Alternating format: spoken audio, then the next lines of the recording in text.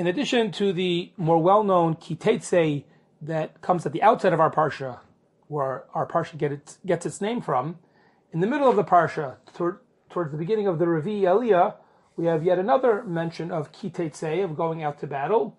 And here the Torah tells us in Parachav Gimel, Pasuk Yud, Teitzei machane oleivecha, when your encampment, when the Jewish camp, the Jewish soldiers go out to war against an enemy, v'nishmarta mikol davara, you're commanded to guard against anything evil or impure. And the Psukim go on to tell us how it is imperative that the Jewish army guard its camp and its encampment from anything impure, immodest, or unsanua, because, as the section concludes in Pasuk Tezvav, because God, the Spirit of Hashem, is walking through, is present in your encampment. Latzilcha, He's there to protect you, so you should win the battle. Lateit oivecha lefanecha, v'yamachanecha kadosh, and therefore your encampment has to be holy. L'yirabecha ervas davar v'shav mecharecha. We don't want Hashem to see anything impure or immodest, and then He would turn away from you. The Sefas Emes, in a very beautiful and penetrating piece analyzing this section, starts with the assumption, which is mentioned by many thinkers, not only Chassidish thinkers, but others as well, that this section is actually to be understood on a deeper metaphoric level, referring not just to the actual military battle and the halachos for a Jewish army, which undoubtedly is the pshat of the psukim, but on a deeper metaphoric level, it's referring to the milchemes hayetzer, the battle that each one of us has to undergo with ourselves, the battle that goes on inside each and every one of us as we battle against our more base desires, our yetzer hara, our urges, to hopefully overcome those and be able to stay loyal to the dictates and values of the Torah and to live a holy and modest life.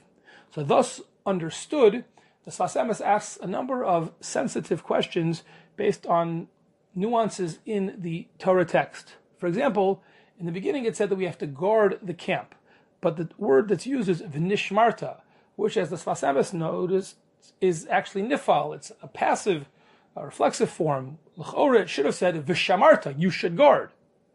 Furthermore, at the end of the section, it talks about Hashem being mitalech b'kerev machanecha, walking through your camp, so to speak, the Spirit of God. But that's also nifal. It really should have said mehalech.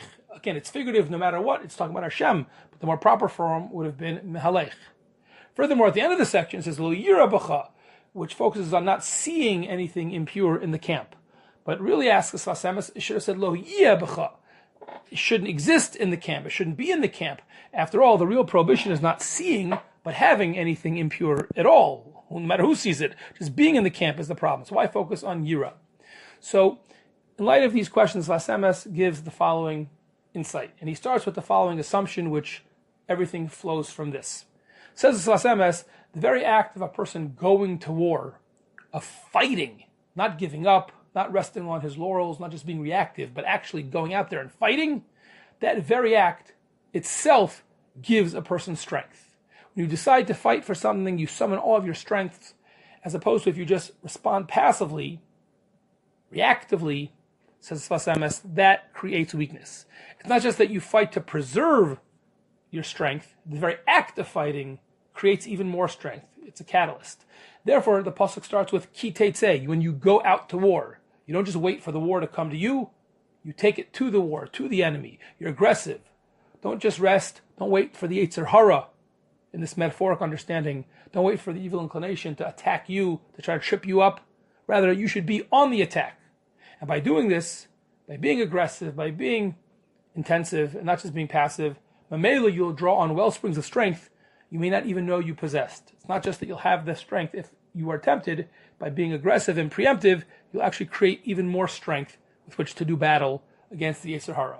And therefore, says the Sefas Emes, that's why the pasuk says v'nishmarta, which we asked seems to be in the wrong form. It should have said v'shamarta. But says the Sefas Emes, no, that's the idea.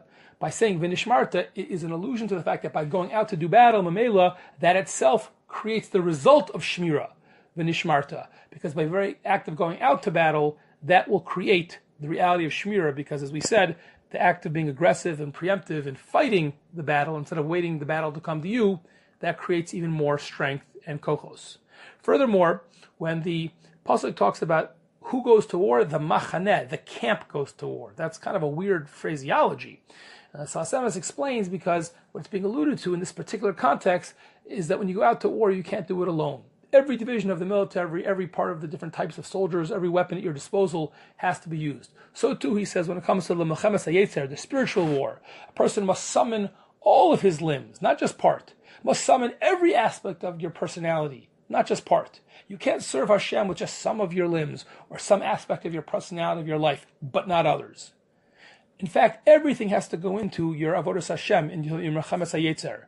If you realize that everything depends on this battle, your spiritual life, your eternity, depends on your success in winning the Mechemes HaYetzer, then you'll leave nothing to chance. You'll summon every weapon at your disposal.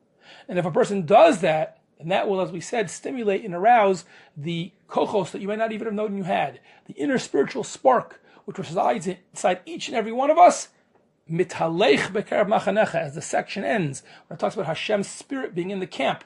Betoch u'b'kerev machanecha means inside each and every one of us.